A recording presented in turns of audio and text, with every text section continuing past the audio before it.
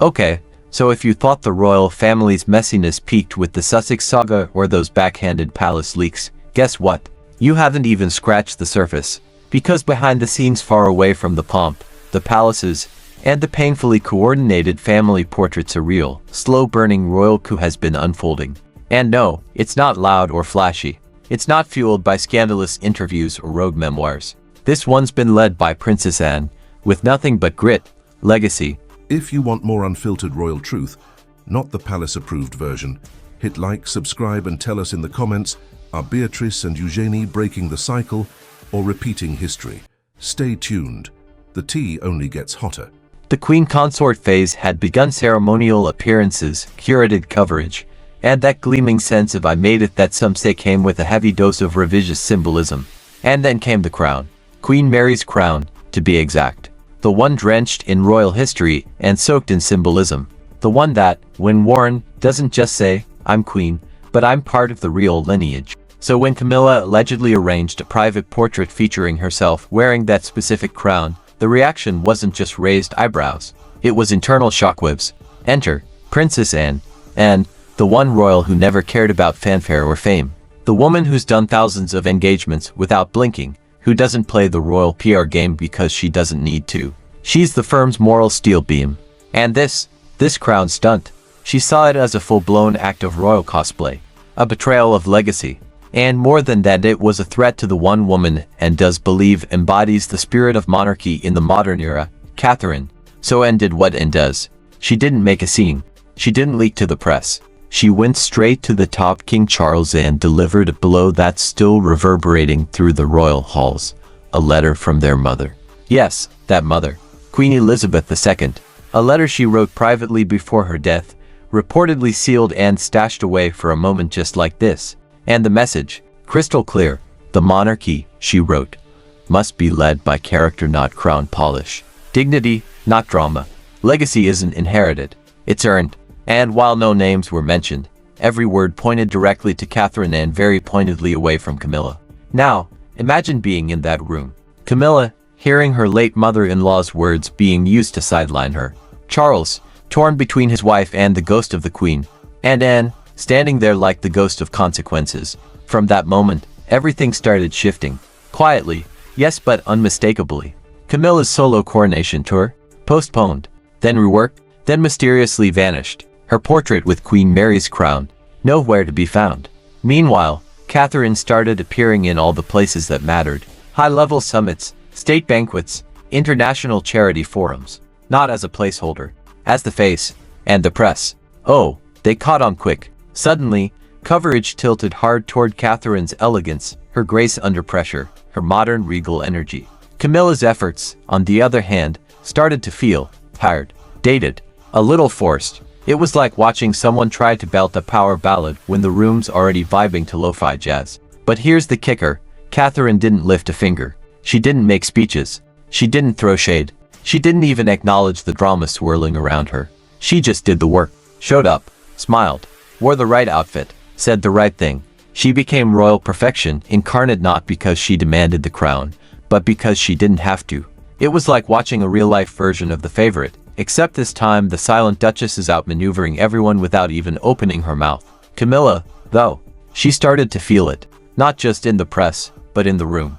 Less applause, less interest, less deference. Palace aides who once jumped to accommodate her reportedly started defaulting to Catherine.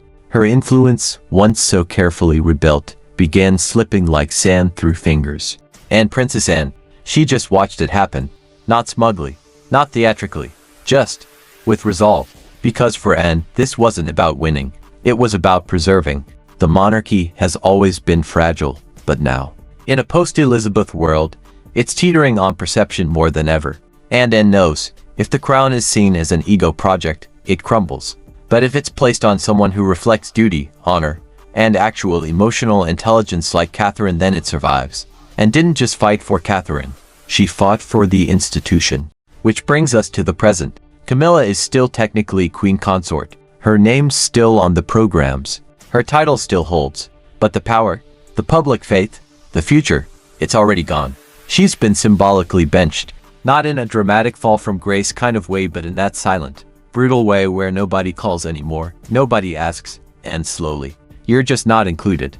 Even Charles, by all accounts, is caught in the middle. He loves Camilla, of course he does, but he also knows what the Queen knew. What Anne knows. What the world is starting to admit. That when all the pageantry fades and the cameras stop clicking, the crown has to rest on someone who reflects something real. And Catherine, she's become realer than anyone ever expected. Not just a duchess, not just a consort, not just a wife, a leader, a legacy, the one the Queen saw coming. And maybe that's the biggest twist in all of this. That the future of the monarchy was never going to be reshaped by scandals, leaks, or TV interviews.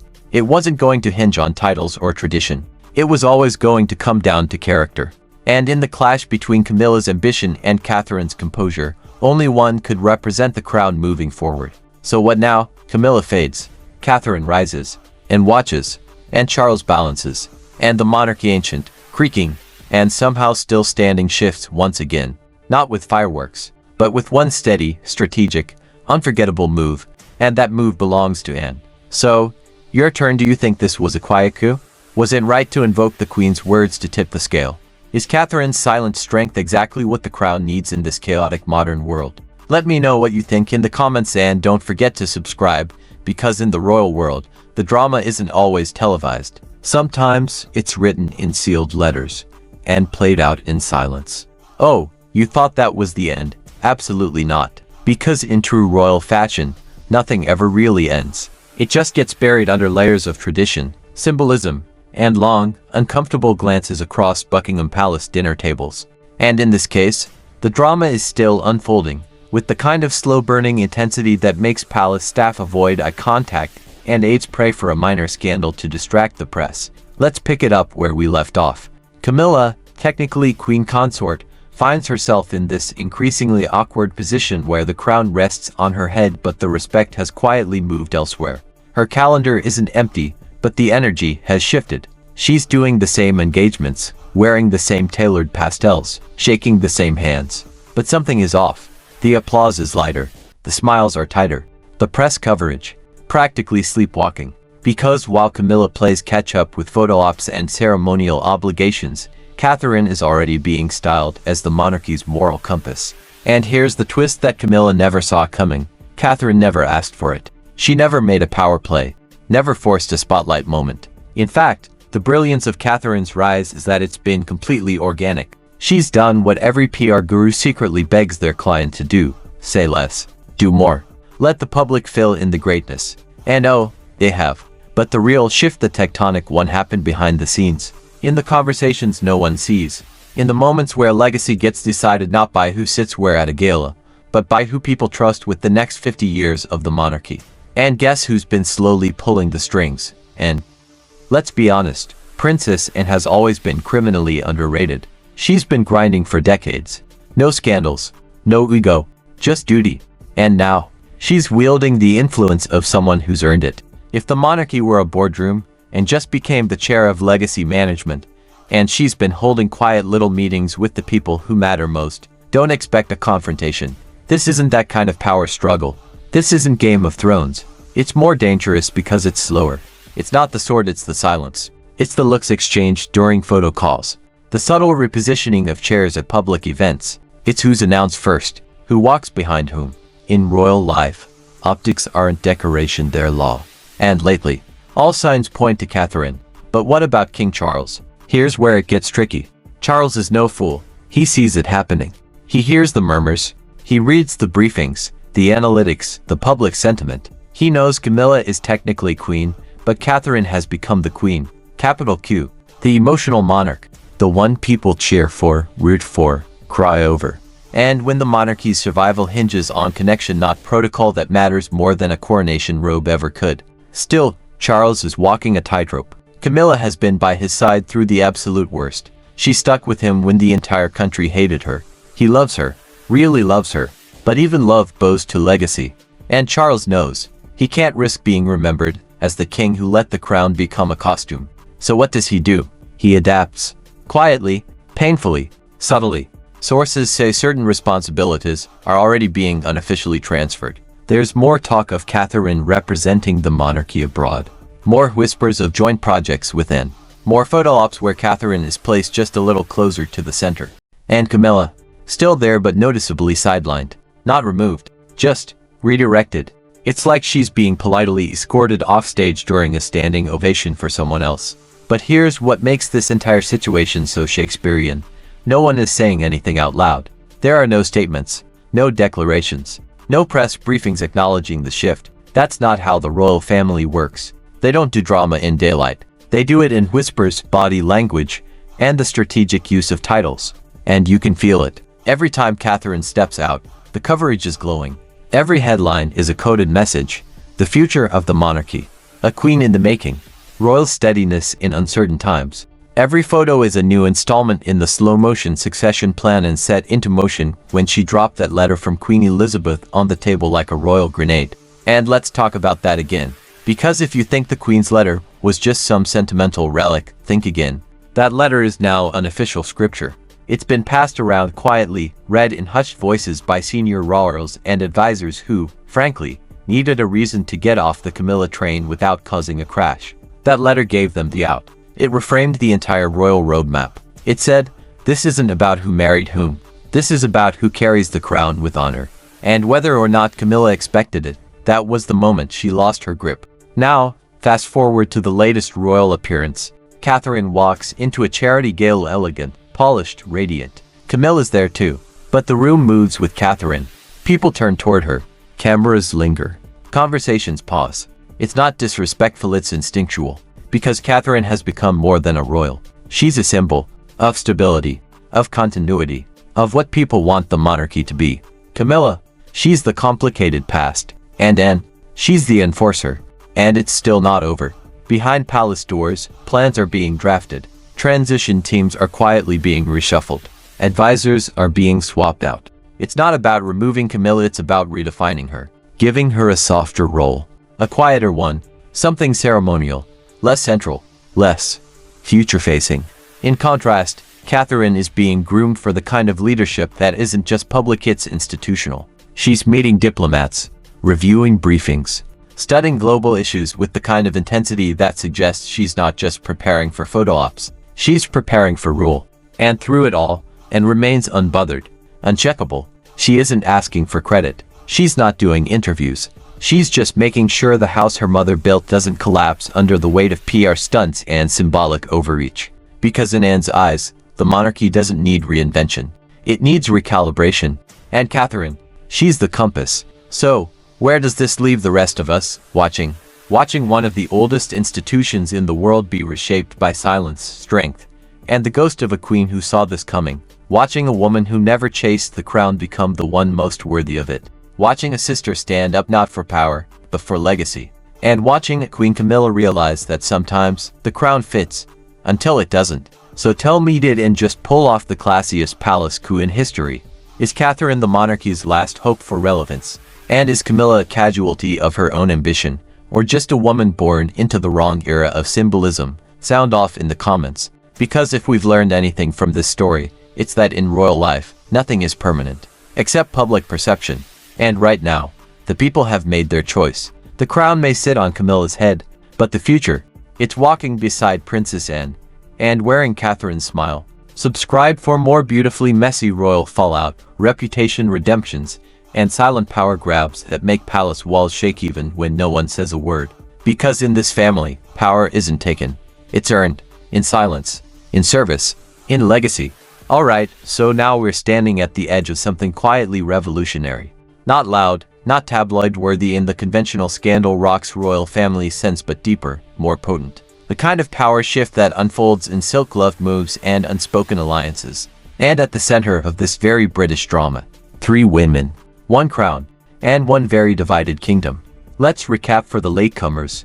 Camilla, crowned and coronated, thought she'd made it. The journey from scandal to acceptance had been long, bumpy, and lined with relentless press rehab. But the finish line was finally here, or so she thought. That crown, that title, that queen consort status, it was supposed to be her final act. The grand legitimization. But in the background, the stage was being reset by none other than Princess Anne.